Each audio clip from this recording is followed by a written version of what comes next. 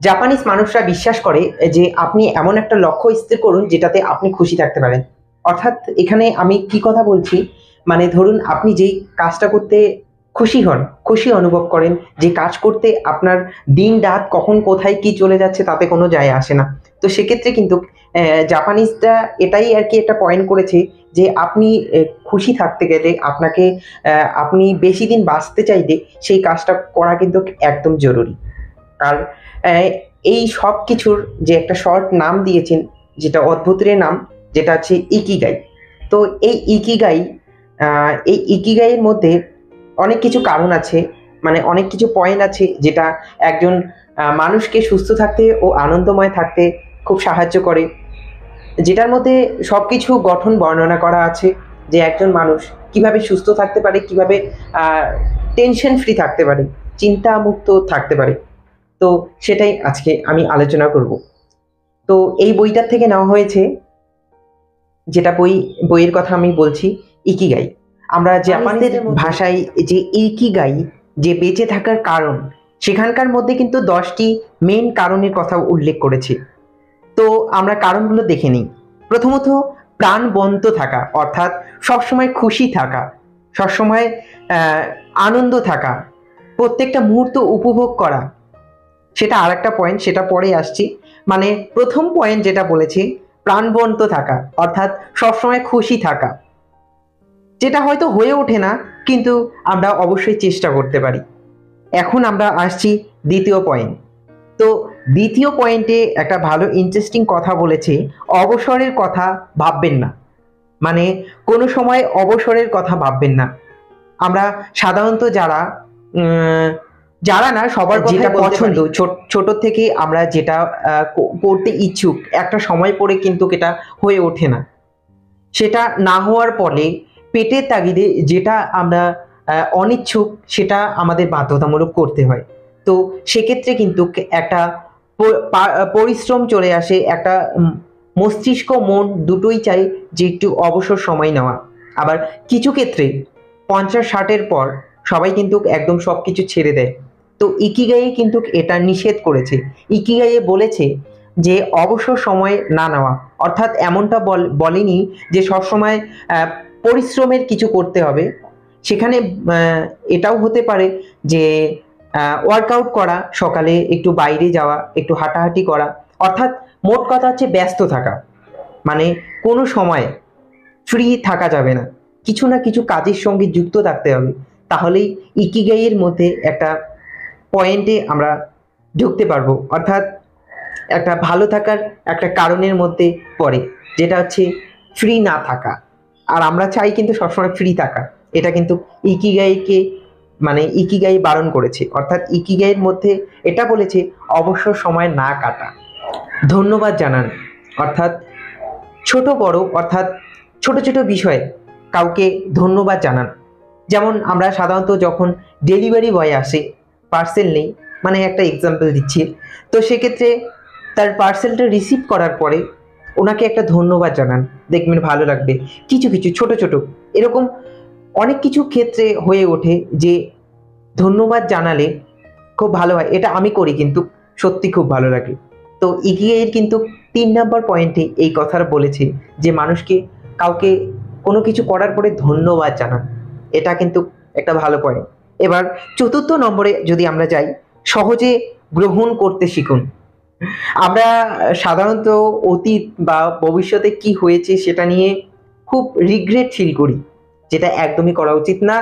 আমরা কি হয়েছে সেটা চলে গেছে, সেটা অতীত। বর্তমানকে একসেপ্ট করা। তো সেটাই বলেছি যে সহজে গ্রহণ করতে শিখুন। কোনো কিছু সহজে গ্রহণ করতে শেখাটা ইকিগাইয়ের মধ্যে এটা একটা পয়েন্ট। তো ৪ নাম্বার পয়েন্ট চলে গেল। এবার ৫ নাম্বার পয়েন্ট, পেট ভরে খাবেন না। এমনটা বলেনি, কিন্তু খাবেন না, পেট ভরে খাবেন না। অর্থাৎ স্টমাকে সবসময় ৮০% খাওয়ার পরে ২০% ফাঁকা থাকা অবশ্যই দরকার। তো এটা কিন্তু ইকিগাইয়ের মধ্যে একটা কারণ, মানে ভালো থাকার একটা কারণ উল্লেখ করেছে। আমাদের বাঙালিদের মধ্যে কিন্তু এই ভাগটা আছে যে মানে পেট ভরে গেছে, যখনই মনে হবে পেট ভরে গেছে সেখানেই কিন্তু স্টপ করা দরকার, কিন্তু সেটা হয়ে ওঠে না। মানে একটা কথাই আছে, পেট ভরে তো চোখ ভরে না, তো তেমনটাই কিন্তু ইকিগাই কিন্তু এটা বারণ করেছে, পেট ভরে একদমই খাওয়া যাবে না। আপনার চারিদিকে ভালো বন্ধুর ভিড় থাকা জরুরি।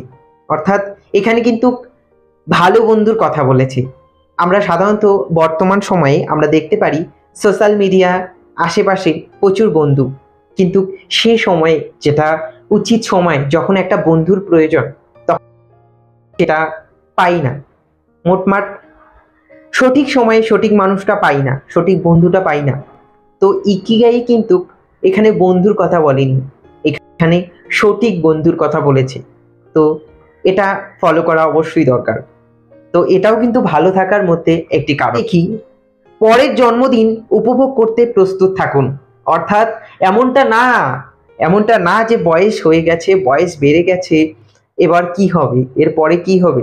সাধারণত আমাদের মতো বয়সে কিন্তু এরকমটা হয়, কিন্তু ইকিগাই কিন্তু এটা বলেছে যে বয়স হয়েছে, বয়স পরের বার্থডে সেলিব্রেট করার জন্য প্রস্তুত থাকুন।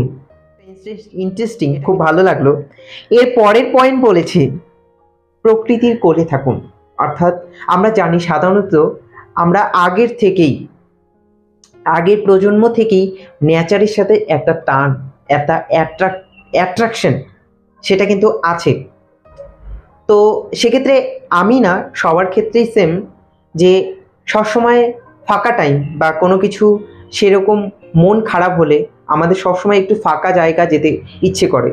বর্তমানে তো চারিদিকে ভিড়, মানে চারিদিকে ভিড়ভাট্টা, কিন্তু মন চায় একটু ফাঁকা টাইমে পাহাড়ে ঘুরে আসি, অবশ্যই সবারই চায়।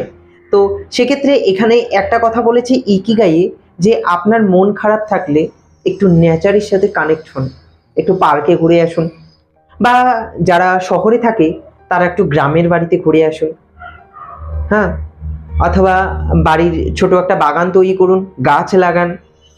এটাও কিন্তু ইকিগাই ভালো থাকার একটা কারণ। এর পরের পয়েন্ট বলেছে 9 নাম্বার পয়েন্ট, প্রতিটা মুহূর্ত উপভোগ করুন। মানে হচ্ছে প্রত্যেকটা মুহূর্তকে উপভোগ করতে হবে খুশি থাকার জন্য, যেটা হয়তো সম্ভব না, কিন্তু